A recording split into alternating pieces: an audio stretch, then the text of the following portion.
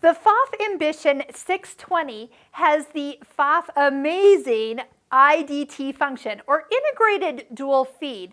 It is featured by this black area that is pulled down and clicked into place on certain presser feet. So if you are using a foot, like this one, the 0A foot, that has a cutout, you want to make sure that that is filled in.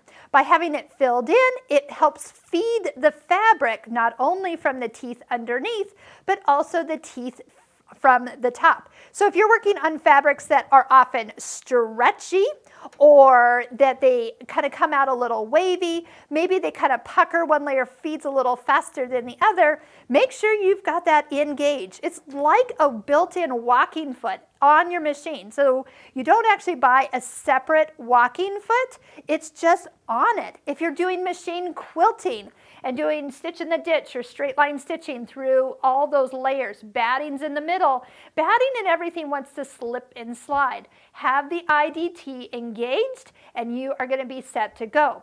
Now your machine also tells you when to engage it. So on screen, the picture is this little foot and teeth working together. Now if you don't have that on your screen, touch the I button. So when you turn your machine on, you will not see that information, but if the I is touched, you will see when to use that feature and when not to. So some of the, let's just do this. Let's pick, I know like Decorative Stitches, I'm going to pick stitch 100. It is going to call for foot 2A. And foot 2A does not have that little cutout, and you will need to lift up the foot, remove the IDT by pulling straight down and away from you, so it just kind of hovers up above it. You put this foot on, and then again, the picture only shows feed dogs, not the extra brought down piece indicating the IDT.